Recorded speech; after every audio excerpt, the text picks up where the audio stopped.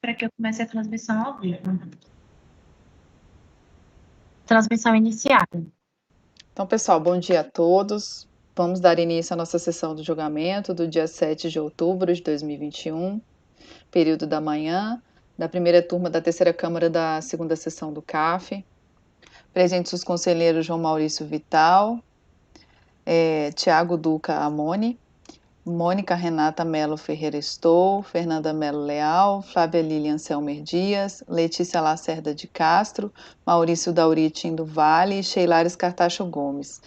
O Dr. Wesley, em razão de um pedido da informação de suspeição, está sendo substituído pelo Dr. Tiago aqui no julgamento do item 71 da pauta.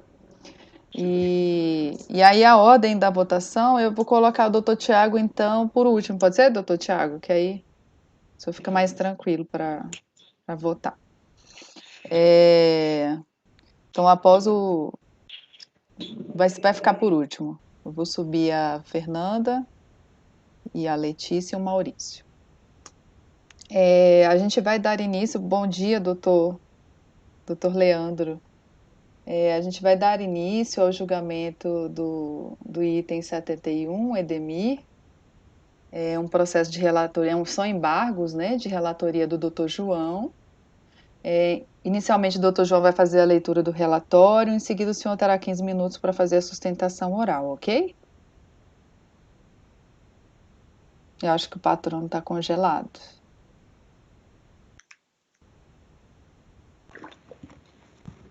João. Qual item mesmo agora, presidente? 71. Eu pedi licença para fazer logo o 71, porque o 59 é um processo bem complexo, ia demorar bastante tempo. 69. E aí, em função do doutor Tiago, né? Diga, doutor Tiago. João, tem jeito de você me mandar a minuta no e-mail, que eu tô com algum problema aqui na pasta T. Eu também, Tiago. Se você puder fazer essa gentileza. Não, ele não vai jogar no seu não, Fernanda. É só o 71. Eu sei, mas eu tô falando que eu também tô com processo, tô com dificuldade na T. O Maurício até me mandou umas coisas, porque eu não tô acessando nem o VPN, nem a T desde cedo, igual o Tiago. Ah, é? Tá, então eu vou te mandar o meu voto também, que tem sustentação oral. Presidente, bom dia. Desculpe, eu acabei caindo. Bom dia, doutor. Bem-vindo ao colegiado. A gente vai iniciar o julgamento do item 71. É um processo de relatoria do doutor João. O doutor Wesley não vai participar desse julgamento, porque ele comunicou uma questão de suspeição. Então, perfeito, o doutor Tiago está substituindo ele no julgamento desse processo, ok? Perfeito. Eu até escutei que o doutor Tiago vai votar por último, certo? Isso, certo. Tá, presidente, deixa eu aproveitar e comunicar. Eu me inscrevi para sustentação oral, mas faremos apenas acompanhamento, tá bom? Ah, ótimo. Eu olhei depois do despacho de admissibilidade, enfim, tá bom? Ok. Obrigado. Então, vou passar a palavra para o doutor João. Doutor Tiago, recebeu o e-mail já? Eu mandei. Espera aí que eu vou confirmar. Posso ir fazendo o relatório enquanto isso? Pode, claro. Vamos lá. Eu não vou ler todo o relatório, a parte da impugnação, porque aqui eu reproduzi o que estava no acordo recorrido, só as partes relevantes e do recurso para frente. Bom, é um lançamento, um procedimento fiscal que decorreu de omissão de rendimento recebido de pessoa jurídica, decorrente do trabalho sem vínculo empregatício, rendimentos tais decorrentes de exercício de opções na Bolsa de Valores. Bom, o recurso foi julgado e, nos termos do acórdão tal da nossa turma, sobreveio a seguinte decisão. Acordos membros do colegiado, por unanimidade de votos rejeitados preliminares, no mérito por maioria da parcial provimento ao recurso, para determinar que seja abatido da base de cálculo do lançamento os valores pagos a maior a título de imposto de renda sobre ganho de capital, vencidos os conselheiros Alexandre e Wesley, que davam um total provimento ao recurso, e eu fui designado para fazer o voto vencedor. O recorrente apresentou embargos declaratórios em que alegou, os embargos são do recorrente, nulidade decorrente da decisão extrapetita, possibilidade de tributação de proventos, matéria estranha aos autos, subsidiariamente ofensa ao artigo 146 do CTN por adoção de critério jurídico novo, omissões quanto a preliminares de nulidade do lançamento, aplicabilidade do artigo 24 da LINDB, nulidade da decisão da DRJ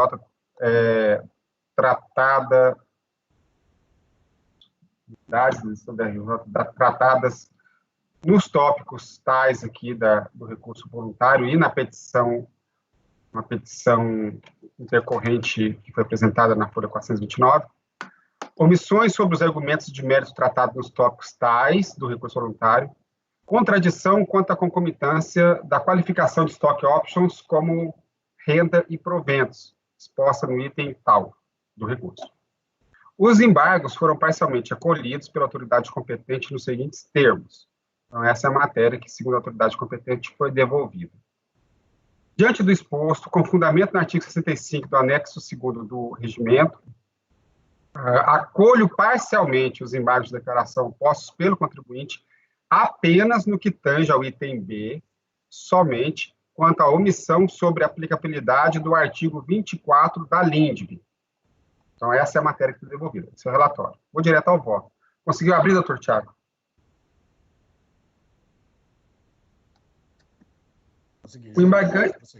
O embargante alegou que o acórdão tal da nossa turma, de 11 de 2018, foi omisso ao deixar de apreciar a petição intercorrente, que está na folha 429 do processo seguinte, que pugnou pela aplicação do artigo 24 da Lei 4.657, de 42, Lei de Introdução às Normas do Direito Brasileiro, LINDB. A autoridade competente acolheu os embargos nos seguintes termos. O embargante peticionou noticiando fato novo, não existente quando apresentado o recurso voluntário, requerendo a aplicação do artigo 24 da LINDB para o presente caso. Este ponto também restou omisso no acordo embargado. O recorrente, em decorrência do fato superveniente à apresentação do recurso, por alteração do artigo 24, que foi a edição da Lei 13.655, de 2018, que alterou o artigo 24, apresentou petição intercorrente para que fosse aplicada a nova disposição legal. De fato, como bem apontado no despacho de acolhimento dos embargos, o relator original do acórdão tal, acordo embargado, nada tratou acerca da petição intercorrente aposta pelo contribuinte. Eu não me lembro quem foi o relator desse acordo. Eu fiz só o voto do vencedor. Porém, não enxergo a omissão apontada no despacho de admissibilidade.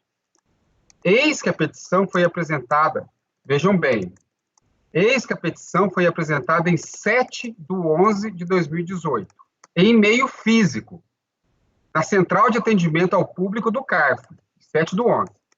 Porém, a reunião do colegiado, que transcorreu no período de 6/11, dia anterior, a 8/11, já havia se iniciado, e, obviamente, o voto do conselheiro relator já estava pronto e disponível aos demais conselheiros, como determina o RICARF. O documento só foi autuado no processo no dia 8/11, às 14h46, está na folha 428, quando o acórdão já havia sido proferido, pois o julgamento foi realizado na manhã do dia 8/11. Portanto, no momento do julgamento, não havia nenhuma possibilidade de o colegiado haver tomado conhecimento da petição intercorrente. Além disso, consta da ata da sessão que, por ocasião do julgamento, houve a sustentação oral da patrona do recorrente, que poderia ter suscitado a questão da tribuna e, inclusive, ter solicitado que sobre ela o colegiado se pronunciasse, com adequado registro na ata da sessão. Mas nada consta registrado a esse teor. A omissão somente ocorre se a matéria não estiver preclusa, o que é o caso, e o colegiado dela tenha tomado conhecimento antes do julgamento, o que não é o caso. Por fim, o fato superveniente, que foi a alteração legislativa, ocorreu em abril de 2018, e a insurgência do recorrente se deu em 7/11 de 2018, na véspera do julgamento. Ou seja, houve tempo suficiente para que a petição aditiva ao recurso voluntário fosse apresentada antes do julgamento. A atitude de fazê-lo na véspera, quando o colegiado já estava reunido, e aqui era reunião presencial, tem que se destacar isso, quando o colegiado já estava reunido, e o relator já havia depositado seu voto, e nada dizer da tribuna, aproxima-se a deslealdade processual. Ao meu ver, não foi mais do que uma manobra ilegítima para adiar a ocorrência da coisa julgada administrativa. Eu voto, então, por rejeitar os embargos. Eu entendo que o colegiado não se omitiu, porque ele não tomou conhecimento dessa petição a tempo, e não teria como tomar conhecimento da petição a tempo. Se ele não tomou conhecimento, a omissão não houve, ele julgou o processo no estado que se estava.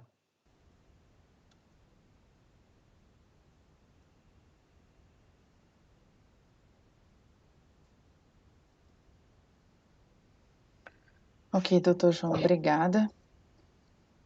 Alguém tem alguma ponderação? Alguma consideração? Doutor Leandro, por gentileza? Presidente, licença, a senhora me permite? Doutor João falou de deslealdade, essa de forma alguma foi o intuito da contribuinte, dos patronos da contribuinte. Doutor João, também não vou me lembrar agora de cabeça, mas como o senhor bem pontuou, o protocolo foi físico, a sessão foi presencial. Eu acho muito provável, eu não vou me lembrar, mas enfim, que o escritório, né, na defesa, na sustentação oral, tenha mencionado alguma questão da LINDB, tá, presidente? Tá, doutor João? Não vou lembrar, mas enfim, eu só queria fazer esse registro que de forma alguma se pretendeu botar qualquer obstáculo ao julgamento, agir de má fé e deslealdade. Tá bom, presidente? Só esse registro. Obrigado. Doutor Leandro, eu agradeço o registro, eu vou retirar do voto essa observação. Obrigado, doutor João.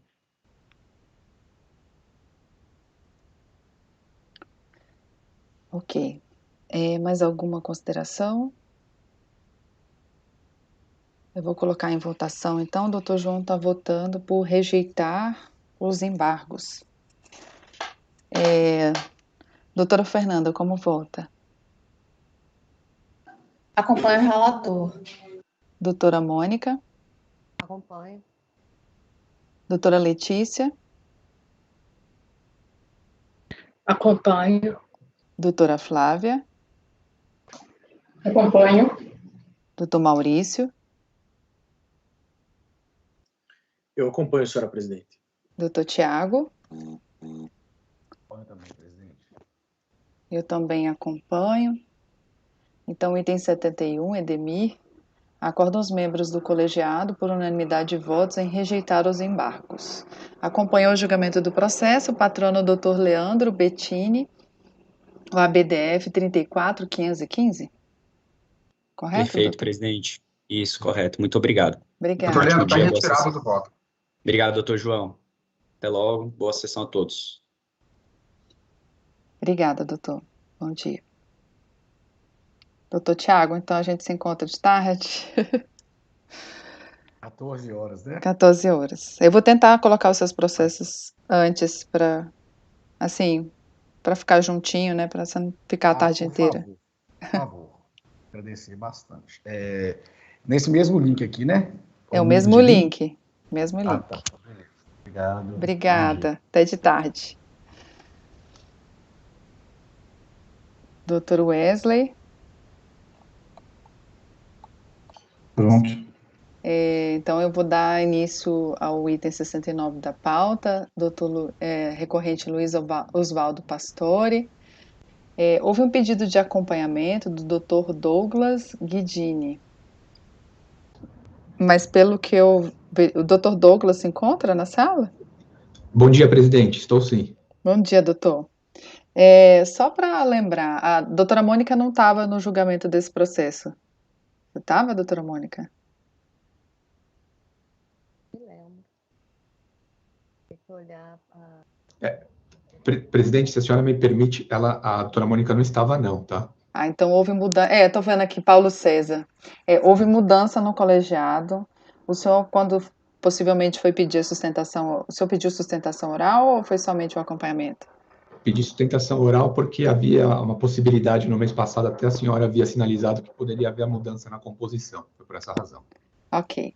Aqui está acompanhamento, mas tendo em vista que houve a mudança no colegiado, o senhor poderá sustentar, ok? Esse processo, ele é um processo que saiu em vista para a conselheira Letícia. A relatora votou por conhecer do recurso, rejeitar a preliminar e negar-lhe provimento. Foi iniciada a votação pelo conhecimento. Acompanharam a relatora no conhecimento, né, os conselheiros João Maurício, Wesley Rocha e Paulo César Macedo Pessoa. Pediu vista ao processo a conselheira Letícia. Então, eu vou iniciar com a leitura, a doutora Fernanda vai iniciar com a leitura do relatório, em seguida o senhor terá os 15 minutos para fazer a sustentação oral. E aí, após, eu passo a palavra para a doutora Letícia, caso ela queira falar alguma questão relacionada ao pedido de vista. Bom dia a todos, bom dia, doutor Douglas. Seja bem-vindo ao colegiado novamente. Com relação... Só um minutinho.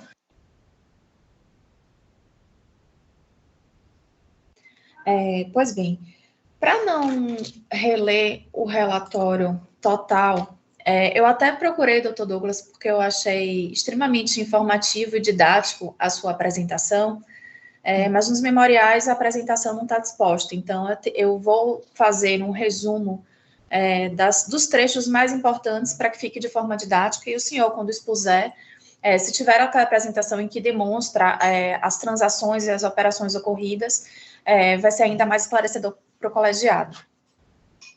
Pois bem, passando a análise do caso concreto, não estou me atendo ao relatório, mas um resumo que eu tentei fazer para tentar passar de uma forma didática para o colegiado, focando nos principais pontos do presente processo.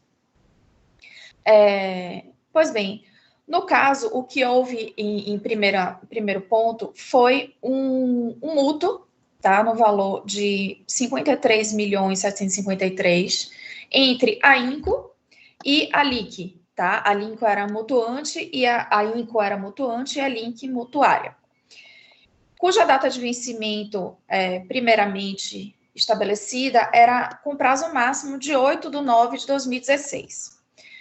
Foi levantado pelo agente autuante e decisões essas, entendimentos esses ratificados em decisão de piso pela DRJ, que as assinaturas do contrato, né, desses contratos de mútuo entre INCO e LIC, eles não tinham sido feitos por representantes legais, que não teria registro público, que não teria reconhecimento em cartório, e por isso o contrato de mútuo não teria validade perante terceiros, segundo agente autuante. Pois bem, posteriormente, a INCO, tá, ela cede este crédito ao contribuinte, né, o Luiz Oswaldo Pastore, via um instrumento particular. Tá? Esse instrumento, menciona-se o agente autuante, que eles já autorizavam previamente esta cessão de crédito. Ou seja, a INCO tinha um contrato de mútuo com a LIC, empresa A e empresa B, e aí havia uma previsão já estabelecida de forma anterior, que este crédito poderia ser cedido sem a anuência da mutuária, que no caso em comento é a LIC. Outro ponto é que também neste contrato de cessão de crédito não constavam as assinaturas do contribuinte, que era um representante da empresa. Também, mais uma vez, não foi esclarecido quem assinou o contrato, e foi causado uma surpresa pela autoridade de que o contribuinte, que era administrador, não tinha assinado tais contratos.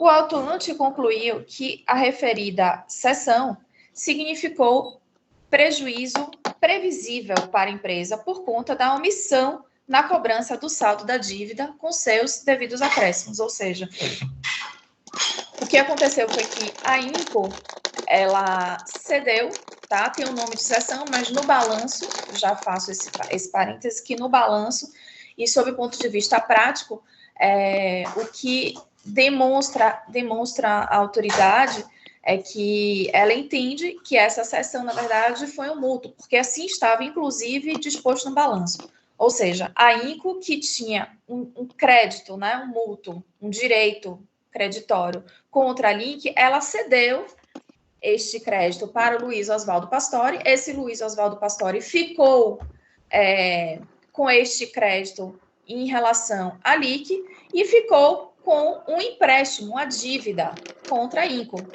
ou seja, ficou, né, 3 partes. A INCO, o Luiz Oswaldo Pastore aqui com o direito ao crédito e uma dívida perante a INCO e o direito do crédito perante a LIC.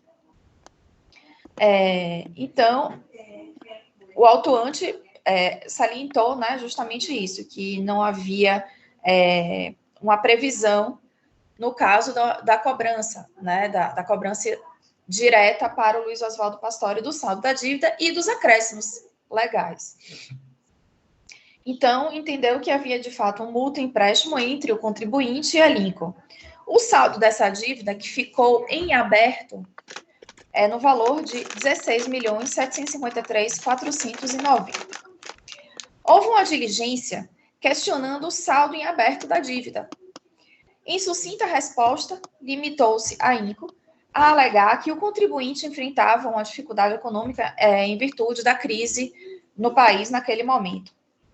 Saliente-se que a prorrogação do prazo não foi nem comunicada formalmente entre as partes. Não há comprovação da renegociação do prazo de prorrogação da dívida.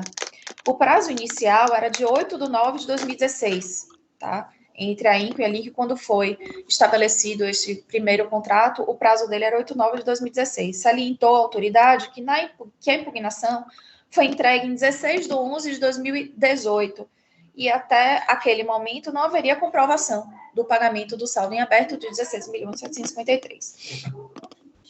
Ainda sobre a razoabilidade econômica da operação, o autuante demonstra comprometimento de 62,46% do ativo da INCO, mediante transferência indireta de recursos do contribuinte, sem cobrança de qualquer vantagem. E aí tem alguns outros pontos, né, que salientados pela autoridade, por exemplo, quanto à questão da substituição do ativo por outro, porque antes quem garantia a INCO, quem garantia o pagamento era a empresa, uma pessoa jurídica ali, que depois quem passou a ser responsável pelo pagamento, a INCO, passou a ser a pessoa física, Luiz Oswaldo Pastore. Então, quanto à questão da substituição de um ativo por outro, entende ser temerária a afirmação do não comprometimento do ativo total da empresa, posto não se limitar apenas ao valor absoluto do numerário envolvido, mas também a qualidade dos devedores, tratando-se aqui da substituição de um devedor pessoa jurídica por um devedor pessoa física, com garantias atinentes a cada figura. O real comprometimento somente poderia ser avaliado com o decorrer do prazo acordado, sendo que, neste caso, no momento da lavratura da infração, isto é, quando findos o prazo original e o prazo supostamente prorrogado, ainda restava inadimplido o saldo de 16.753.490, além dos previstos acréscimos. Acerca das garantias e também dos juros de mora, no caso de inadimplemento contratual, o contribuinte defende que, uma vez observados requisitos para a validade dos negócios jurídicos, seria prerrogativa do credor exigi-los ou não, de acordo com os artigos 477, 1590 e 805 do Código Civil. Pois bem, aí tem umas outras alegações que entendo que o patrono pode até sustentar de maneira objetiva e plausível, quanto às questões das alegações de que teria nulidade por estar o agente autuante indicando a suposta DDL, o que é defendido, que na verdade não se tratou, né, de infração por DDL, mas que nada mais a infração de fato na verdade, terem havido operações que, no final do dia, nessas operações, restou um crédito na mão do contribuinte de 16.753, um aumento patrimonial de 16.753, que não foi quitado perante a INCO, que era a real e primária credora desta quantia. Na verdade, é uma quantia até maior, mas que foram amortizadas ao longo dos anos. Na verdade, teve um aumento de capital, uma diminuição de capital, também envolvendo outra empresa, né, a empresa ligada ao grupo, teve aumento e diminuição de capital, enfim, tiveram algumas operações, mas que ao final do dia sobrou este saldo, tá? O grande ponto que eu já salientei, que acho que é importante para a reflexão do colegiado, é quanto à questão também da multa qualificada, porque há uma discussão de que se o planejamento tributário é abusivo ou não é abusivo, né? Porque, como já conversamos em outros processos, o planejamento tributário por si, efetuado nos moldes legais, né, se não demonstrado um caráter abusivo, ele não seria ilícito para fins de aplicação, por exemplo, de uma multa qualificadora.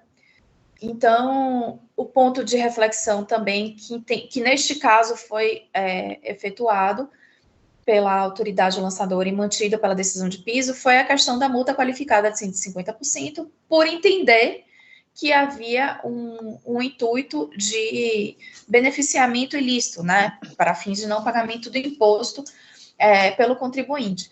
E aí, como foi pedido vista do processo pela doutora Letícia, eu sugeri essa reflexão, se a questão do planejamento tributário por si, per si, e presente no caso em concreto, se ele seria passível de aplicação da multa de 150% ou não, porque o planejamento tributário ele pode estar dentro dos limites legais, né? Qualquer contribuinte tem o direito de efetuar um planejamento tributário para pagar menos impostos, né? Isso está totalmente legal, né?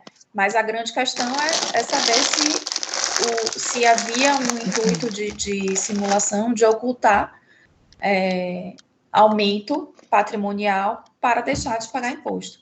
Então, enfim, no final do dia, o que aconteceu foi isso, como eu disse, tiveram liames, operações de aumento, diminuição de capital, amortizações do saldo devedor, que o saldo devedor original, na verdade, era de R$ 53.753.000. Houveram amortizações e pagamentos, tá, ao longo do processo de mútuo e de cessão de crédito, e no final do dia o que aconteceu foi isso, o contribuinte, aqui pessoa física, ele restou com saldo em aberto de 16.753.490, e que até o momento da impugnação esse valor estava em aberto, e tendo em vista a interpretação pela autoridade de que esta operação, na verdade, o que aconteceu foi um aumento patrimonial, um empréstimo mútuo, na essência, que teria sido feito da INCO para o Luiz Oswaldo Pastore e que restou nessa vantagem econômica para o contribuinte. Então, tendo em vista esse resumo que eu tentei ser objetiva, mas a apresentação do doutor foi perfeita na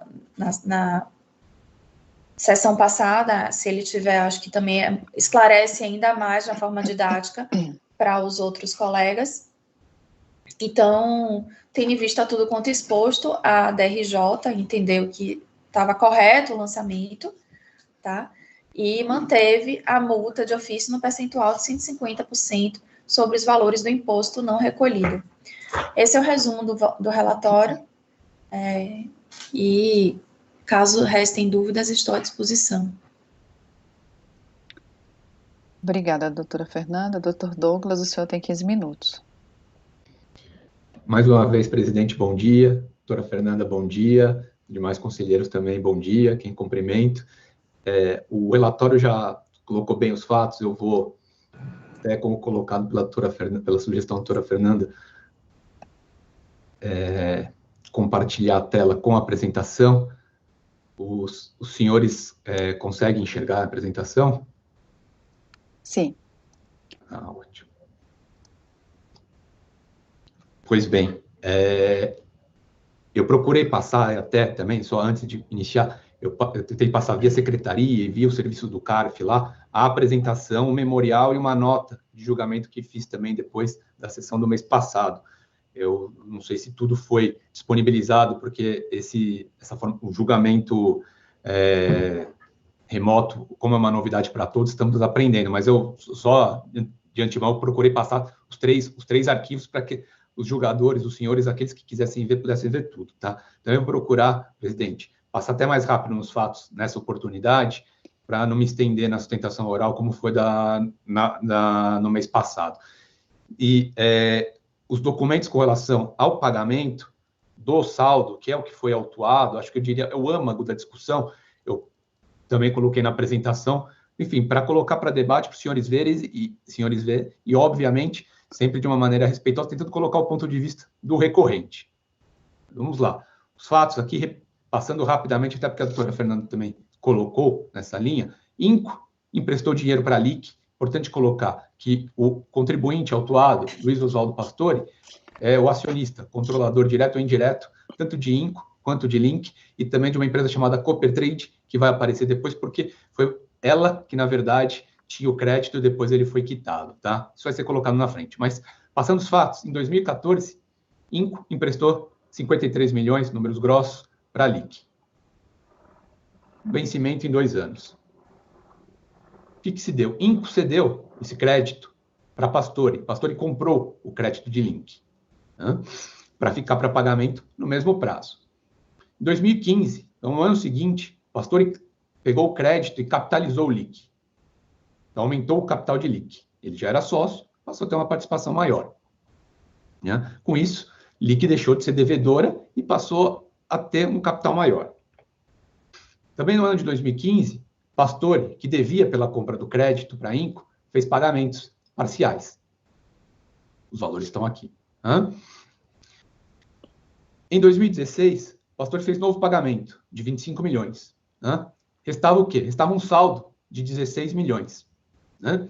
Esse saldo de 16 milhões que restava e depois o vencimento da dívida foi prorrogado até setembro de 2018, permanecia em aberto também em setembro de 2018. O que se deu? Já em 2016, havia iniciado a auditoria. E, em outubro de 2018, a auditoria chegou à conclusão, lavrou um auto de infração, em que concluiu que esses 16 milhões aqui seria a renda de Pastore. É um imposto de renda que está se discutindo aqui. E por que seria renda de Luiz Oswaldo Pastore? Porque o restante ele pagou e esse valor INCO não teria adotado medidas para cobrar de Pastore. Cortaram? Para mim cortou. Vocês cortaram? Não. Não cortou. Não, para mim tá normal. Tá, desculpa. Eu só vou repetir a frase final aqui. Se puder, por favor. Tá? O seguinte, em 2018, em setembro de 2018, estava em aberto 16 milhões e a fiscalização, que já havia começado em 16, concluiu, intimando o contribuinte do auto de infração em outubro de 2018, que esses 16 milhões seriam renda dele. É um imposto que está sendo exigido no auto de infração em revisão no julgamento em andamento. Por quê? Porque INCO não teria tomado medidas para cobrar esse valor de Luiz Pastore. Há diferentes indícios. É uma presunção simples de omissão de rendimentos e há um conjunto de elementos que, na visão da fiscalização, autorizaria essa presunção simples, mas o âmago dela é que o valor estava em aberto e INCO não havia cobrado. Primeiro argumento, vou colocar na sequência os argumentos para mostrar por que o auto de infração é improcedente. Aqui é um resumo daquilo que eu coloquei há pouco. Houve um auto também de IOF crédito, né? Isso está ainda, não foi julgado no CARF, depende de outras questões. Há diferentes argumentos para mostrar o erro no lançamento. O que eu vou procurar colocar agora, e aí invertendo um pouco a sustentação oral que eu fiz da outra vez, até porque a sessão da doutora Mônica, todos já tiveram oportunidade de ver e também receberam material nesse mês, é o seguinte, o âmago da acusação no ponto foi de que o valor estava em aberto e, portanto, seria renda, e, pelo que se depreendeu na sentada passada, o voto da doutora Fernanda também foi nessa linha. Vale dizer, isso foi renda, houve uma transferência, um acréscimo patrimonial de Pastore. E o que vai se procurar colocar é que não houve isso, a devida vênia, evidentemente. Por quê? Porque foi quitado. A fiscalização, simplesmente que o valor estava em aberto, devedor, assumiu que ele foi renda, mas ele foi pago posteriormente. E não há uma infração que leve a ter renda o fato de depois disso ser pago, isso ter sido pago até aquele momento, mesmo que estivesse aberto. Poderia se cogitar de outras coisas. Mas apenas para demonstrar o pagamento, vou colocar isso depois, vou para esses pontos. O que se deu? Como se deu o pagamento? Que eu procurei colocar numa nota que eu mandei entre setembro e outubro, depois que o caso foi pautado. O crédito que era de INCO,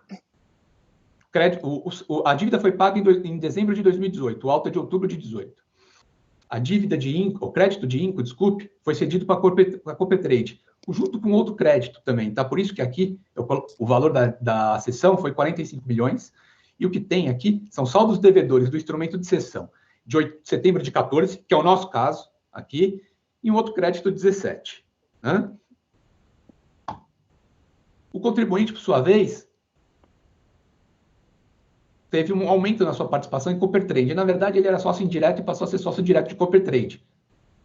Né? Com um número aqui de ações que ele recebeu em função de lucros que a Coopertrade tinha a distribuir. Na sequência, o que se teve? Coopertrade, com o crédito, amortizou as ações do recorrente aqui, acionista, entregando o crédito, um crédito no valor de 45 milhões, em que parte desses 45 estão os 16 aqui tratados. Com isso, houve confusão. O recorrente, que era devedor, passou a ser credor e o crédito foi satisfeito. O que eu quero colocar aqui, nesse ponto, para chamar a atenção dos senhores. Ora, a dívida foi quitada. Foi quitada depois da conclusão do trabalho fiscal? Foi. Isso significa que ele teve renda? Na visão do recorrente, não.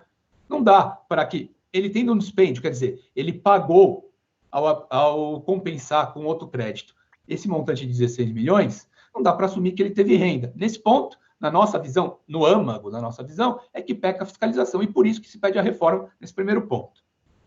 Né? Uma vez demonstrado a quitação. Na sequência, eu vou colocar os outros argumentos aqui, e aí vou passando até de uma maneira um pouco mais rápida, em função de ter sido colocada no mês passado a exceção da doutora Mônica. Por que que não... o que poderia haver aqui, e que parece que era a linha que a fiscalização quis seguir, depois não fez. Poderia haver uma acusação de DDL. Por que DDL? Porque, como a doutora Fernanda também colocou, houve uma compra de um crédito, essa compra de crédito foi parcelada, inicialmente, pelo mesmo entre pessoa física e empresa relacionada, isso com prazo de 48 meses, parte foi pago nisso, 24 meses, desculpe, parte foi pago nisso, depois esse prazo foi prorrogado, né? E parte foi pago nisso, e havia um saldo em aberto ainda. A fiscalização coloca, até na sua descrição, para lavrar o auto de infração, algo que vai nessa linha. Coloca, tá? Folhas do TVFF aí, item 8.2, que haveria rendimentos tributáveis disfarçados de mútuo, e diante da resposta da empresa diligenciada, constatamos que a credora é omissa na cobrança do valor devido indevidamente pelo fiscalizado. Pelo decurso do prazo, restou configurado indício de transferência indireta de recurso do fiscalizado, disfarçado sob a forma de mútuo. Então, quando fala de disfarçado sob a forma de mútuo, evidentemente, parece que há uma conotação aqui de que haveria algo como DDL. Depois da fiscalização, ao constituir o crédito tributário, não foi por aí. Poderia ter ido por aí? Poderia, por quê? As partes eram relacionadas e haveria aí uma condição de favorecimento potencial para o controlador em detrimento da empresa que o vendeu o crédito. A questão é a seguinte, que na legislação de DDL, um negócio de favor, a única regra que se aplicaria atualmente para isso é uma regra de outros negócios em condições de favorecimento, que leva a uma indedutibilidade do valor na empresa que faz o negócio com a pessoa ligada. E, no caso, isso não levaria a ter uma renda do contribuinte, e mais ainda, a empresa estava no lucro presumido, portanto, não seria aplicável essa regra. Por isso que parece que a fiscalização preferiu seguir por um caminho tortuoso na visão da recorrente. A comprovar que potencialmente isso seria DDL, os senhores vejam que o projeto de lei que está em discussão no Congresso Nacional passa a ter regras que potencialmente se aplicam a essa situação. Empresta dinheiro à pessoa ligada, ou perdoa a dívida de pessoa ligada. Aqui no perdão de dívida de pessoa ligada, aparentemente seria a situação. Mas só porque hoje não tem, e portanto há uma falta de tipicidade no lançamento. Então a par do que se mostrou que não há renda, porque houve o pagamento, os fatos que eu coloquei antes com as imagens, o que se tem é que não há regra aplicável à situação concreta. Esse é um segundo fundamento para demonstrar a improcedência do lançamento. Passando agora adiante, os indícios que a fiscalização colocou. Eu, nesse ponto, vou passar mais rapidamente em alguns indícios e alguns que a doutora Fernanda mais pontuou aqui, procurar demonstrar por que eles não levam a essa presunção de omissão de rendimentos. Vamos lá. Primeiro ponto que foi colocado é que haveria um mútuo tácito. Mútuo tácito para a LIC, por quê? Porque ele comprou o crédito, o recorrente comprou o crédito na mesma data em que INCO emprestou para a LIC e depois ele converteu em aumento de capital. Fala, o conversão e aumento de capital prova que houve empréstimo. Veja, isso não significa empréstimo. Ter um crédito contra uma empresa relacionada, que inclusive se é acionista, e converter em aumento de capital, aumentando a participação, é algo comum na vida de relação entre empresas e sócios. Transações entre partes relacionadas. Isso poderia, potencialmente, levar a algum favorecimento. O favorecimento, no caso, objetivamente, foi um negócio com prazo mais alongado. Tá? Mas ele, por si, não é um indício de renda. E é só o prazo alongado porque, no caso, houve pagamento. As declarações de todos os envolvidos aqui são coerentes com o que foi feito. Tanto a declaração de imposto de renda do recorrente, quanto a ECF, enfim, os documentos, na época, desculpe, não era nem ECF, as declarações das empresas. Contrato de mútuo e cessão de crédito são negócios distintos, tem causas, objetos e prestações distintos. No mútuo, se empresta um valor e se recebe ele de volta. Na cessão de crédito, se cede um direito e depois se quita ele. No caso, foi isso que aconteceu. Não se devolveu o dinheiro. Agora, passando aqui um pouco mais para as nulidades, em ponto que a doutora Fernanda colocou também, do comprometimento do patrimônio de INCO.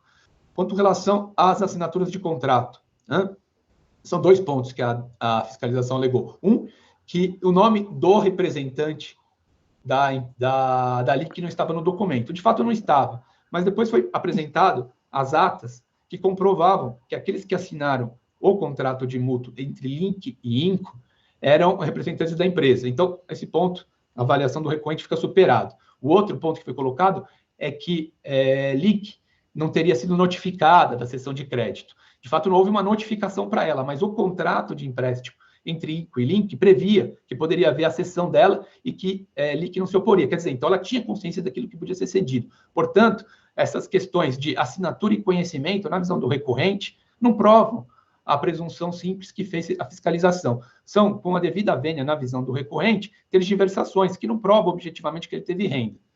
O outro ponto, que INCO teria comprometido parte representativa do seu patrimônio, também na visão do recorrente, é improcedente. Improcedente por quê? Porque o que o fiscal viu, ele comparou os 53 milhões com os ativos da INCO. E esse raciocínio, ele é improcedente para levar aquele percentual que ele concluiu por algumas razões. A primeira delas é a seguinte: INCO era uma empresa imobiliária, lucro presumido imobiliário. Obviamente, o patrimônio dela estava registrado a valor de custo. E imóveis valorizam. Naquele ano, a INCO teve uma receita de venda de imóvel de 42 milhões, quer dizer, muito superior aos 16 milhões. Tá? Em segundo lugar, ele compara os 53 milhões com o patrimônio. Não dá para fazer isso também, porque se o que ele alega ter de renda é 16, evidente que é menor. Se fizer essa conta, vai dar que o que representaria de comprometimento do patrimônio de INCO, não há comprometimento nenhum, porque Luiz Pastore pagou o valor, como eu mostrei antes, seria, se houvesse essa renda, coisa de 19%, tá? Arredondando, muito menos do que aqueles quase 70% que foi colocado pela fiscalização. Então, eu quero colocar aqui como segundo ponto, e depois eu passo rápido, presidente, para o terceiro e quarto, é que todos os elementos invocados pela fiscalização não levam à presunção simples que ele fez. Lembrando que aqui o ônus é do fisco de provar, não é uma presunção legal em que inverte para o contribuinte. Terceiro elemento, e também independente dos demais, para mostrar que não há imposto a ser cobrado do recorrente, é o seguinte: se tivesse tido aqui alguma renda dele, seria um perdão de dívida parcial do mútuo. Por quê? Porque o que se teve houve uma transferência, na visão do auto, de 53 milhões. Pois bem, se houve uma transferência de 53 milhões em 14, não é que teve 53 milhões sendo 16 de renda e a diferença, 38 milhões, como mútuo. Não é. Se houve uma transferência naquele momento, houve uma transferência naquele momento de empréstimo, assumindo que isso é correto, de 53. E depois, posteriormente, um perdão de 16. Pois bem, se teve um perdão de 16, o perdão só é tributado na pessoa física, atualmente pela legislação, se for em troca de uma prestação de serviço. E no caso é incontroverso que não teve prestação de serviço. Isso não há divergência entre contribuinte e fisco. Por quê? Porque se aplica o artigo 55 à época, 1 do Rio 99, que assim prevê. Nessa linha, inclusive, solução de consulta COSIT e jurisprudência do colegiado, não desse colegiado, sim da segunda sessão. Então, quer dizer, mesmo que tivesse correto o que o fisco fala em termos de ter tido uma transferência de empréstimo que depois, como não foi pago, estava em aberto, houve renda, essa renda não seria tributada. Aí também, mais uma vez, por falta de tipicidade, tá? Porque a regra só alcança aquilo que é por contraprestação de serviço. Agora, passando sucessivamente, se não for dado provimento ao recurso pelos 3 elementos antes dados ali, o que se pede é o seguinte: antes de passar só para a multa qualificada... Doutor, a gente já tem 16 minutos para vocês concluir. Eu vou encerrar então, tá, presidente? Tá. É o seguinte, quanto à multa qualificada, a gente já viu aqui o rigor da turma, quanto a tratar da necessidade de bem configurar uma fraude, tá? No caso, o que a fiscalização fez? Eu coloquei aqui para os senhores. Ela reporta aqueles indícios simples para falar que houve simulação, que não há, tá? Então, aqui não tem um instrumento enganoso. Então, passando, presidente, para a conclusão, o que se pede é que seja afastado o lançamento na íntegra, por não haver renda, ter sido pago o crédito, não ter sido feito nenhuma, digamos, entre aspas, parafernália para se obter renda, que sendo o recorrente sócio de todas as empresas, bastava ele ter obtido essa renda de uma forma de distribuição de lucro ou uma devolução de patrimônio, tá? Então, não tem, na visão do recorrente, por ele ter feito isso para fraudar o fisco. E, se não for assim, o que se teve é um perdão de dívida que não é tributado por troca de serviço. Enfim, tudo na linha da jurisprudência. Aí sim, parece do colegiado e de outras turmas da segunda sessão, no sentido de que esses elementos simples não levam, esses elementos isolados não levam à presunção simples de omissão de rendimentos. Mais uma vez, eu peço desculpa, presidente, e agradeço pela prorrogação de tempo. Espero ter sido claro, doutora Fernanda também, espero ter sido claro, e fico à disposição para prestar esclarecimentos. Eu vou interromper o compartilhamento. Obrigada, doutor. Passo para a doutora Fernanda.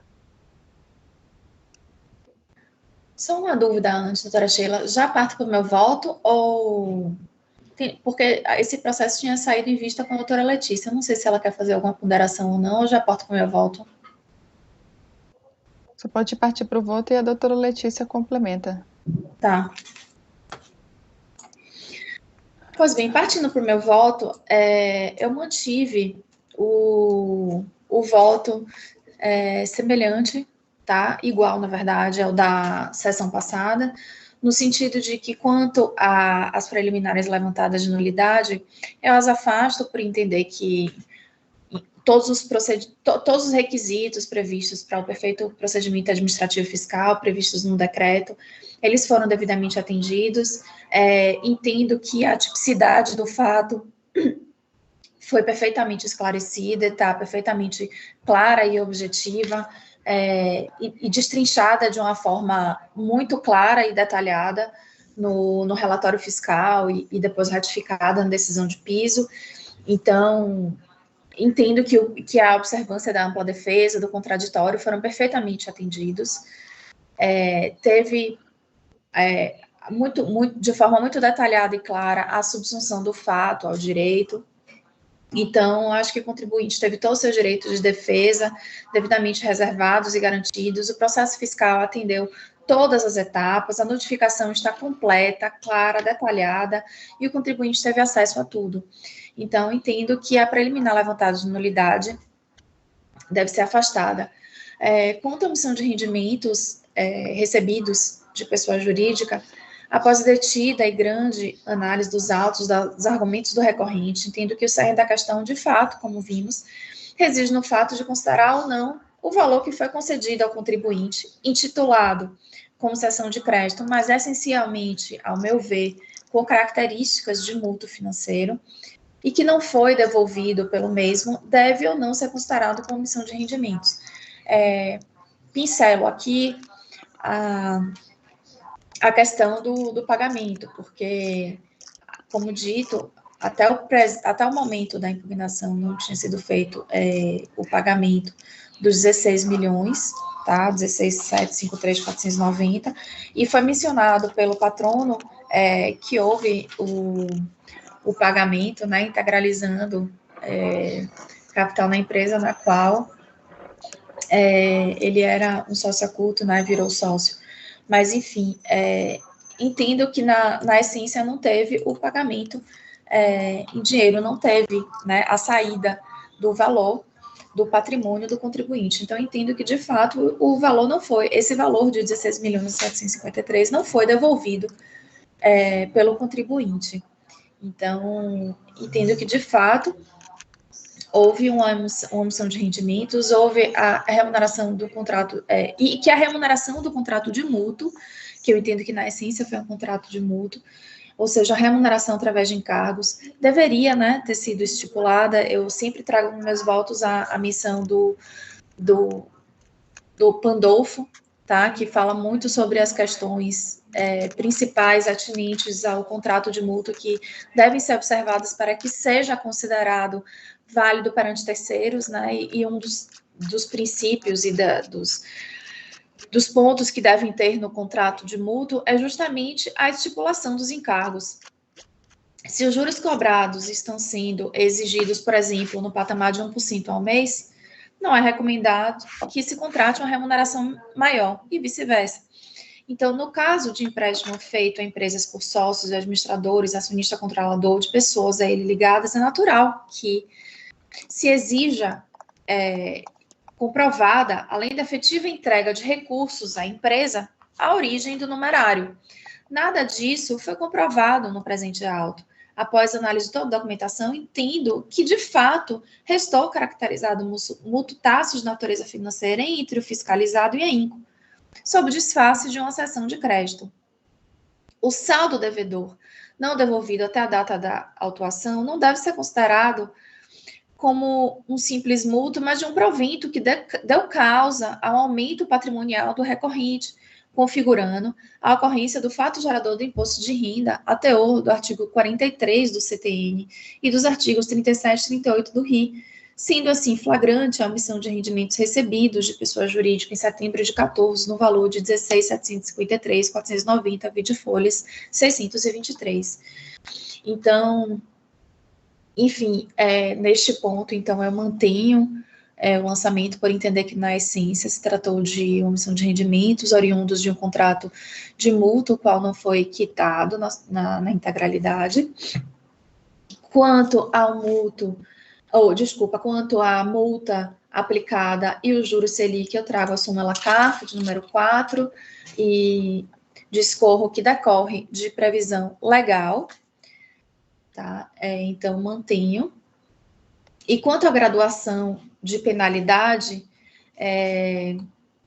para os 150%, eu realmente mantive, por entender que, no presente caso, de fato, houve um planejamento com o intuito na essência, de deixar de recolher o tributo e que extrapolou os limites legais para o abuso na forma do direito.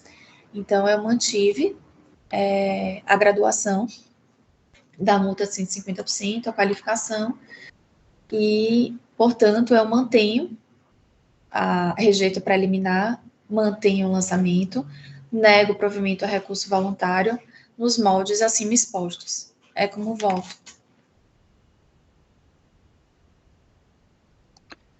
Vou passar para a doutora Letícia. Bom dia a todos. É uma matéria sensível, ao meu ver. O mérito eu acompanho integralmente a doutora Fernanda.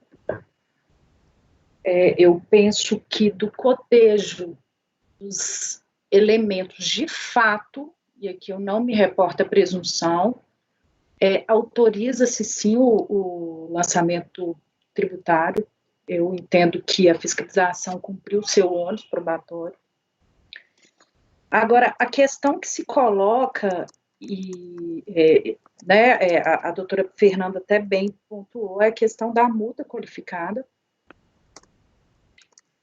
porque se está diante, no entendimento da relatora e da fiscalização, de um planejamento tributário. A doutrina debate essa questão da legitimidade ou não de um planejamento tributário. No presente caso, eu compulsei os autos e verifiquei declarações no imposto de renda do contribuinte, de acordo com o planejamento, então, realizado, anotações nos livros fiscais, pelo menos da empresa aqui brasileira, o que me faz ponderar com esse colegiado, e aqui é até uma angústia, né, de se interpretar, de fato, essa questão da multa qualificada, que eu entendo que deve ser aplicada na exceção da exceção, né? Essa semana, inclusive, eu julguei, entendendo que havia uma qualificação de uma multa num caso isolado. Aqui eu me deparo com um cotejo de estaria, ou a lei permite, não existe um instrumento ilegal posto, né, aqui. Não foi feito, por mais que, pelo menos na linha da relatora, eu entenda que no fato, que de fato houve o acréscimo patrimonial, né? Eu entendo essa lógica do lançamento tributário. Então, eu tendo a acompanhar o voto da relatora com essa angústia minha em relação à multa qualificada, tendo em vista que é exceção da exceção, né, essa aplicação da multa qualificada, diante dessas declarações voluntárias do contribuinte, que eu coloco aí o debate aí para o colegiado. Já me encerrando por aqui.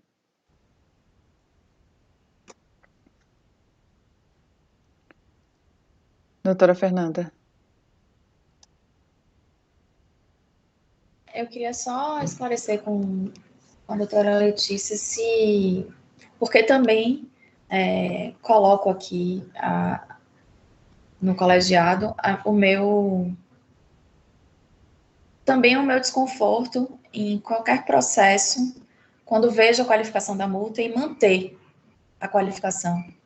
Eu concordo com a senhora cada vez mais de que deve ser a exceção da exceção. E de fato, não é um voto que me deixa confortável, assim, é um voto que eu fui e voltei muitas vezes, analisei muitas vezes, e realmente, principalmente o ponto que me deixa desconfortável é a questão da qualificação da multa. Então, o seu posicionamento seria no sentido de manter a qualificação ou não?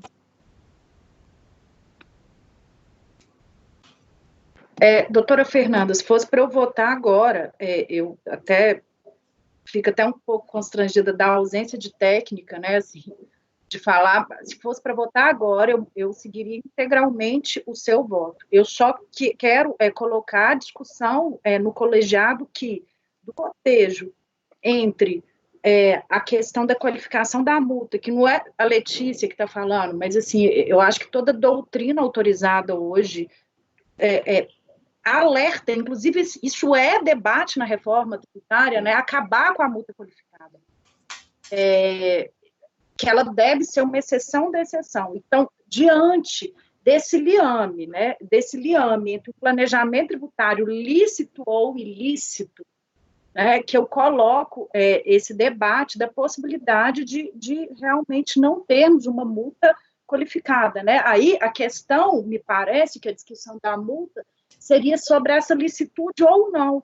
E um ponto que eu pondero, né, para poder ou não incidir essa qualificação, e um ponto que eu pondero é a questão de todos os atos jurídicos, né, os contratos, pelo menos o que eu depreendi dos autos, né, consta no imposto de renda do contribuinte, consta, embora exista essa irregularidade desses contratos, né, que não poderia ser oposta a terceiros, né, enfim, eu consto em livros contábeis essa questão dessas sessões.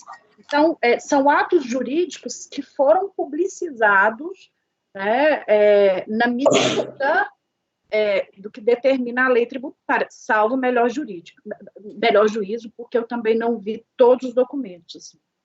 Doutora Letícia, muito obrigada. Só para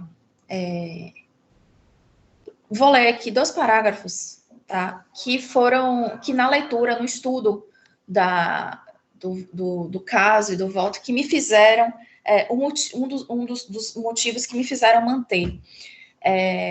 É um texto que eu posso até depois passar, mas que me fez refletir muito sobre a questão da ilicitude ou não ilicitude, porque, justamente como dito pela senhora, quando eu estava analisando o presente caso, eu falei, qual a ilicitude em si dos negócios jurídicos para eu manter, né, a qualificação.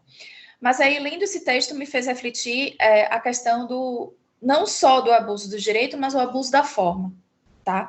Então, aqui, ó, além do abuso de direito, figuras como o abuso de formas e fraude à lei também são geralmente invocados pela doutrina para contestar planejamentos tributários, mas diferem entre si.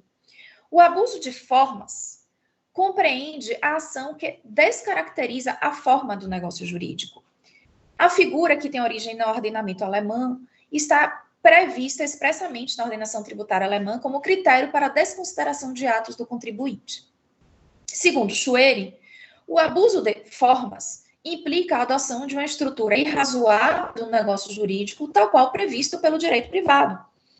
O autor explica que, quando o legislador previsse a hipótese tributária sobre o negócio jurídico, cuja forma é prevista pelo direito privado, e esta forma fosse utilizada de forma irrazoável ou não usual pelo contribuinte, a forma do negócio jurídico estaria, então, sendo abusada. E o negócio jurídico poderia ser desconsiderado para fins tributários pela aplicação do abuso de formas. Para Ávila, o abuso de forma significa desnaturar elementos essenciais do negócio jurídico, ou seja, há uma modificação de um requisito que lhe é essencial. Por fim, Luciano Amaro refere que o abuso de forma seria a utilização pelo contribuinte de uma forma jurídica atípica, anormal ou desnecessária para a realização de um negócio jurídico que, se fosse adotada a forma normal, teria um tratamento tributário mais oneroso. Então, quando eu estava lendo esse texto, que é enorme, mas que eu até coloquei no meu voto nesse mês, eu acho que não sei se está na pasta até, mas porque eu estava estudando mais ainda esses dias. Então, eu coloquei esses trechos para dizer que, assim, na verdade, o meu desconforto foi porque eu entendi que teve um abuso de forma, né? Tiveram diversas transações e operações, né, que não estão em confronto, não vão de encontro a nenhum dispositivo normativo posto, né? Porém, as formas utilizadas foram feitas de uma complexidade de tal forma para desconfigurar, né, uma coisa, operações que, na essência, né, acabam justamente trazendo um tratamento tributário muito menos oneroso do que se fosse diretamente feito, seria na sua essência, né? Então, a questão da essência sobre a forma. Então, acho que, na verdade, o que teve foi um abuso de forma e não um abuso de direito. Então, acho que esse foi uma linha que me fez seguir de raciocínio para, infelizmente, digo infelizmente porque, como dito pela senhora, Ficou mudo o seu microfone. Tá ouvindo? Sim. Então, justamente, infelizmente me fez manter esse infelizmente porque, de fato, nós não temos conforto em manter uma qualificação, né? Então, mas, de fato, eu entendi que, analisando os fatos postos e os detalhes do processo, eu de fato entendi que houve, né, esse abuso de forma. Então, por isso que me levou a manter a qualificação em que pese o nosso desconforto, que também compartilho. Eu concordo exatamente da forma como você colocou. É muito diferente de uma simples omissão de rendimento, que a gente não pode colocar os dois no mesmo patamar, né? Foram diversas operações que tratavam-se de operações legais para ocultar uma situação de um pagamento de um não pagamento de tributo, né? Então, eu entendo que a situação é exatamente isso que a doutora Fernanda falou. Eu tendo a manter realmente a qualificadora da multa muito por conta de tudo isso que a doutora Fernanda falou. É muito diferente de uma simples situação de omissão. Mais alguém quer tecer alguma consideração? Então, a doutora Fernanda votou por rejeitar a preliminar e negar provimento ao recurso. Doutor João, como vota? Eu acompanho. Parabéns pelo voto, doutora Fernanda. Doutor Wesley? Eu vou abrir divergência, presidente, para desqualificar a multa, entendendo que, apesar do sensível planejamento tributário realizado, o contribuinte teve os recolhimentos dos valores posteriores em algum momento realizado. Então, eu vou abrir divergência na qualificadora da multa. Doutora Mônica? Acompanha a relatora. Só para complementar, acompanhando a relatora nos demais... Os demais tópicos. Na preliminar, né? Preliminar e mérito. Só para desqualificar a multa de ofício. Provimento parcial. Parcial, isso. Doutora Mônica, só... Acompanha a relatora. Doutora Flávia? Eu caí por alguns minutinhos. Eu parei no Dr. Wesley. Acho que o Dr. Wesley tinha falado. Dr. Wesley deu provimento parcial para desqualificar a multa de ofício. Tá. Doutora Mônica acompanhou a relatora. Doutora Flávia? Eu também parabenizo a relatora e acompanho o voto. Doutora Letícia? Com a relatora. Doutor Maurício? Também acompanho a relatora, senhora presidente. Eu também acompanho a relatora. Então, acordam os membros do colegiado, por unanimidade de votos, em rejeitar a preliminar. No mérito, por maioria de votos, em negar provimento ao recurso.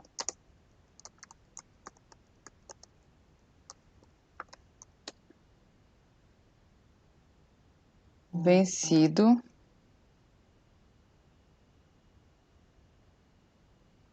Deixa eu só colocar aqui. Vencido o conselheiro Wesley Rocha, que deu parcial provimento ao recurso.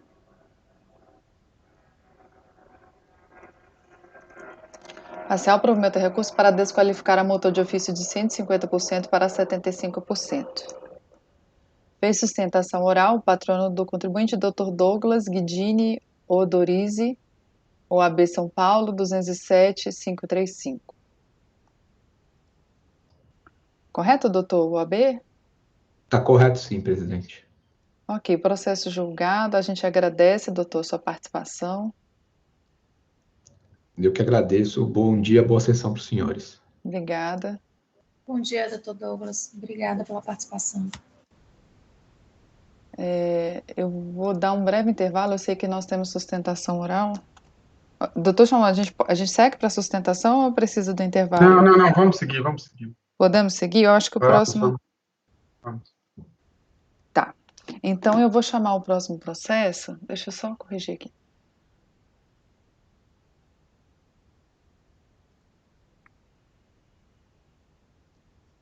Deixa eu só corrigir um negócio que eu escrevi. Vamos lá. O próximo processo é o item 72 da pauta. Tem um pedido de sustentação oral, um processo de minha relatoria. Há um pedido de sustentação oral do Dr. Augusto Della Corte. Doutor, seja bem-vindo ao colegiado. Bom dia, obrigado. É sustentação oral mesmo, né, doutor? Isso. Tá. Eu vou fazer a leitura do relatório inicialmente e em seguida o senhor terá 15 minutos para fazer a sustentação. Deixa eu só abrir o meu voto aqui. Marcelo Frâncio.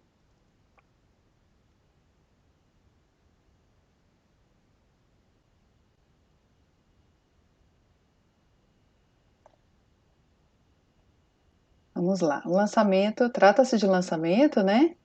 Que apurou omissão de rendimentos caracterizados por valores creditados em contas de depósito ou investimento, né? Referentes à declaração de rendimentos ano calendário 2005. Após ter sido regularmente intimado por meio de documentação idônea para comprovar a origem dos recursos utilizados nessas operações, conforme relatório fiscal, que cito as folhas aqui, demonstrativos. Foi aplicado a multa de ofício de 75%, a DRJ manteve o crédito tributário em sua integralidade. Cientificado da decisão de primeira instância em 15 de abril de 2013, o contribuinte interpôs em 15 de maio de 2013 recurso voluntário de folhas 233 e 260. Ele reitera os argumentos ofertados em sede de impugnação, os quais eu sintetizo aqui.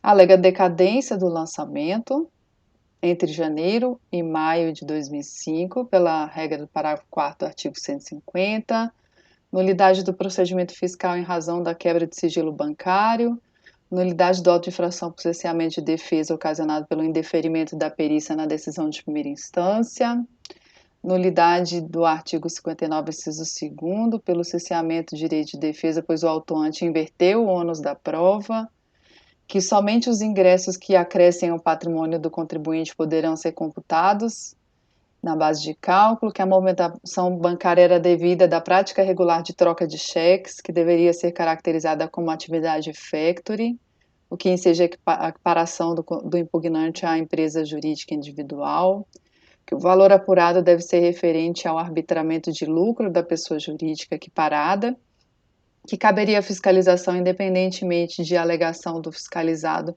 atribuir CNPJ ao sujeito passivo e arbitrar o valor do lucro das operações, que a ausência de esclarecimentos detalhados sobre a movimentação bancária deveu-se ao volume de números, datas e da natureza dos registros constantes dos extratos, por isso o pedido de perícia feito, que as presunções levantadas no auto de infração caem por terra a partir da correta consideração das atividades envolvidas, que deve ser reformada a decisão proferida ou parcialmente procedente para tributar o percentual de 1 a 3% dos valores que circularam na conta do impugnante pelo serviço de factoring exercido, que não foram computados os dividendos recebidos pelo requerente das empresas de que era sócio, e que computou-se em duplicidade dos rendimentos declarados pelo impugnante na declaração entregue ao ofício, os quais foram recebidos através de conta bancária própria, e inconstitucionalidade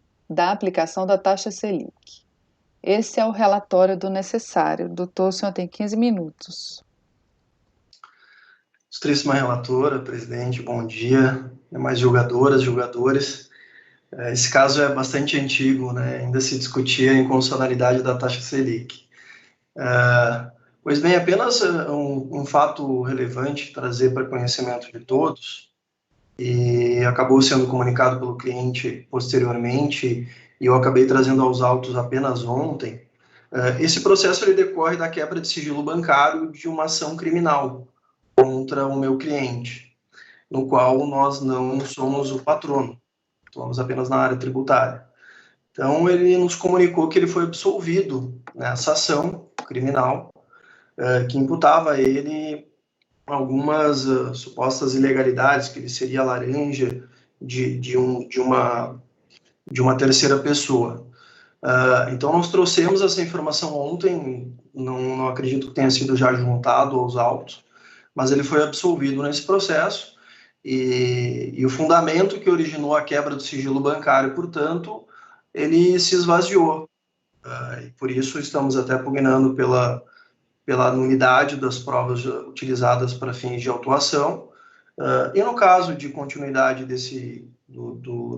da análise do mérito, trazer as demais questões aqui atinentes à atividade dele, uma vez que ele se trata de pequeno empresário no interior do Rio Grande do Sul, que era reconhecido pela atividade factory, inclusive foram juntadas algumas declarações, acredito entre 6 e 8 declarações de que ele atuava nessa atividade de factory, e recebia realmente esses percentuais de 1 a 3%.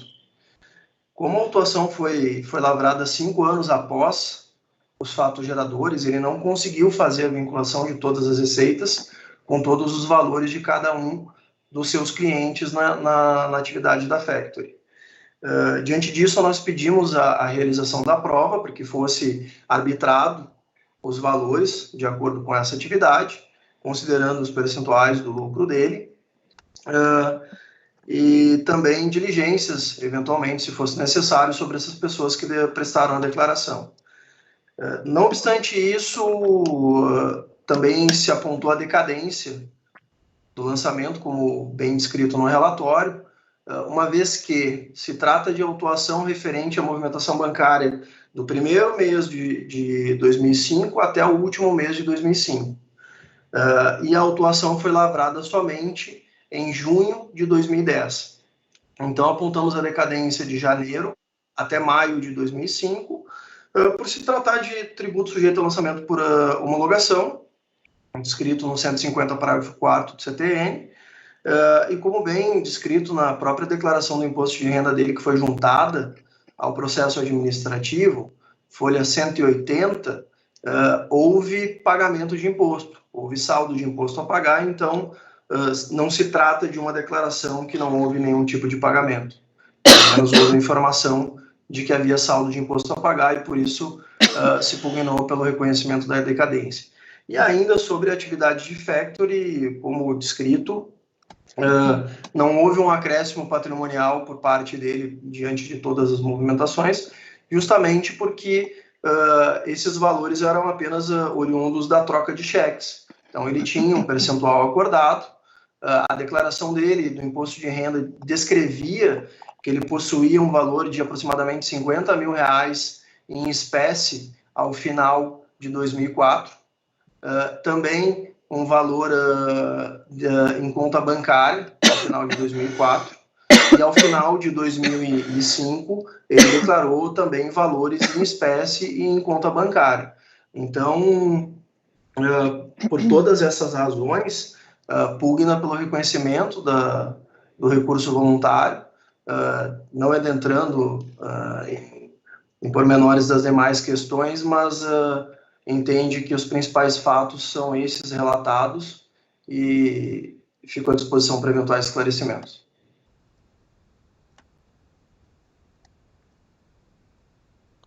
Obrigada, doutor. Então, vou passar a leitura do voto. O recurso é tempestivo, porém dele conheço apenas parcialmente, pois deixa de conhecer da alegação de inconstitucionalidade da aplicação da taxa Selic em razão do disposto na súmula CAF número 2. Em relação à decadência,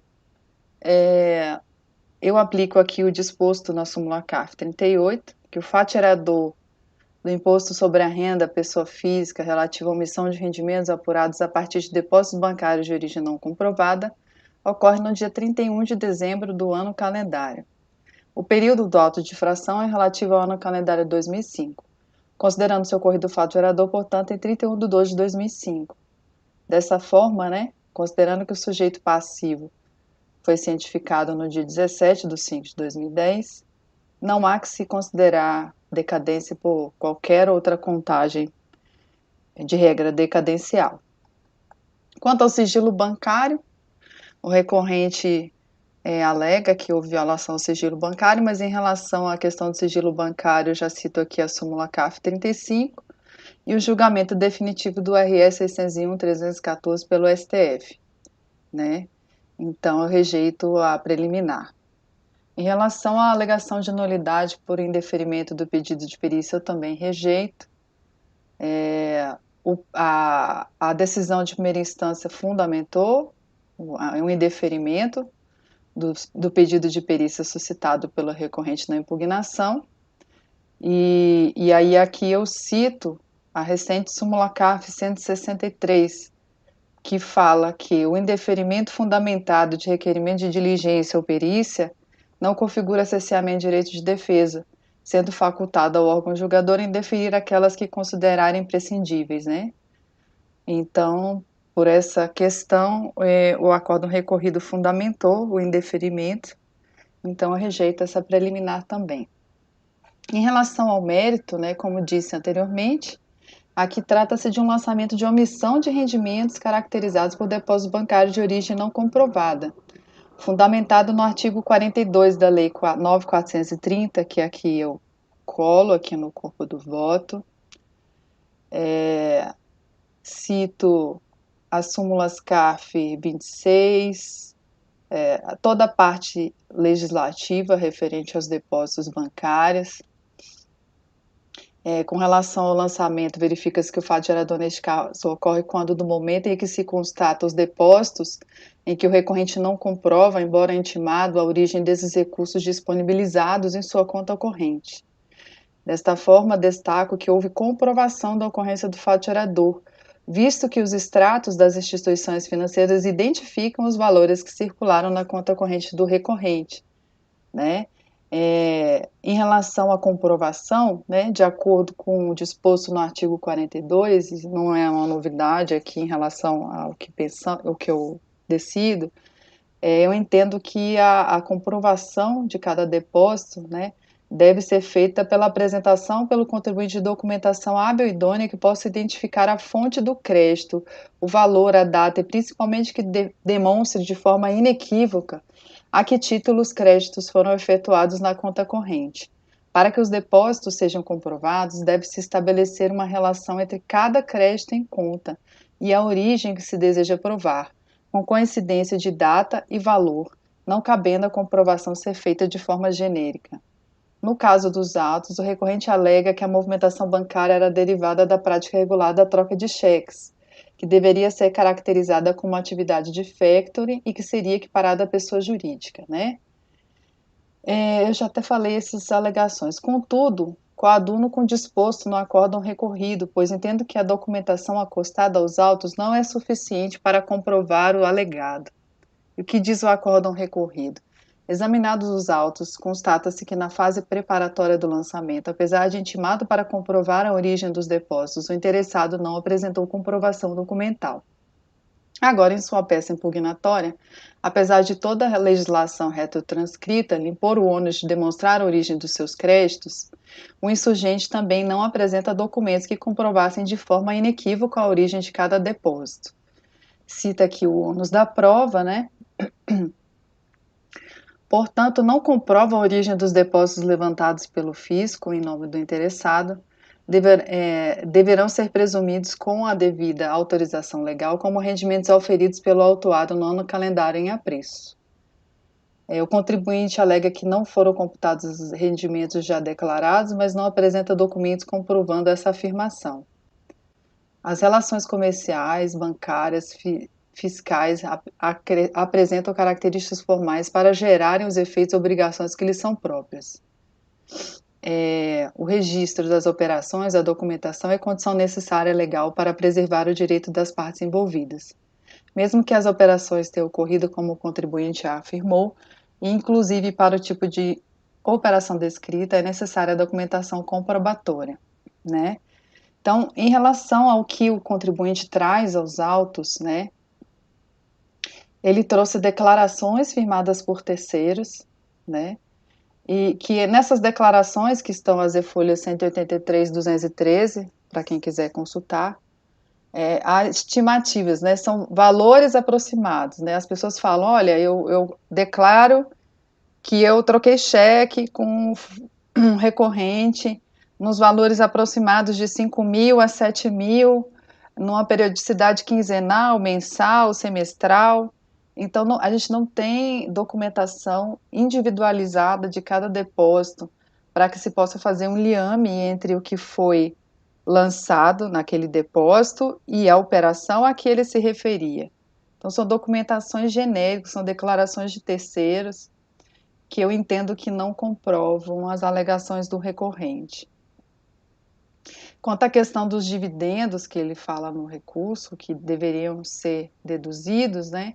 Não há prova, não foi apresentado qualquer prova nos autos da vinculação de depósitos em datas e valores com os rendimentos que foram declarados. No meu entendimento, caberia ele provar que se recebeu dividendos declarados no imposto de renda, que esses dividendos transitaram por essa conta e que se referiam àqueles depósitos que estão lá lançados.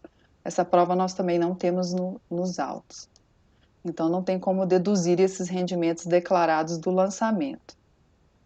Em relação à questão que o patrono falou da tribuna, que ele foi absolvido do processo criminal, eu realmente não tinha visto, porque pelo visto a juntada foi ontem à noite, mas para mim é indiferente o fato da absolvição do processo, porque aqui a gente não tem uma multa qualificada, a multa aplicada foi no percentual de 75%, e foi comprovado efetivamente o fato gerador, que foi a questão dos depósitos bancários na conta corrente do recorrente. Então, para mim, a questão da absolvição na esfera criminal em nada vai impactar em relação ao fato gerador que foi constatado pelo procedimento fiscal aqui colocado. Então, ante ao exposto, eu estou conhecendo parcialmente do recurso, não conhecendo das alegações de inconstitucionalidade, rejeitando as preliminares, afastando a decadência e negando o provimento ao recurso. Esse é o meu voto. Alguém tem algum questionamento?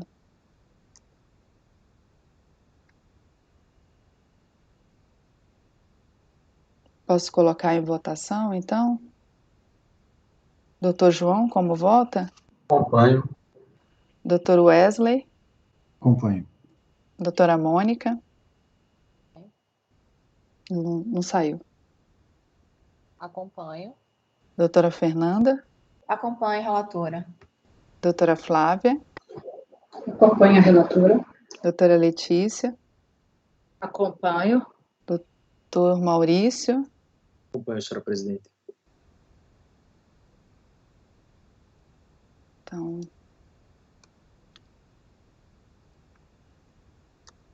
acordo os membros do colegiado, por unanimidade de votos, em conhecer parcialmente do recurso, não conhecendo das alegações de inconstitucionalidade, rejeitar as preliminares, afastar a decadência e negar-lhe provimento.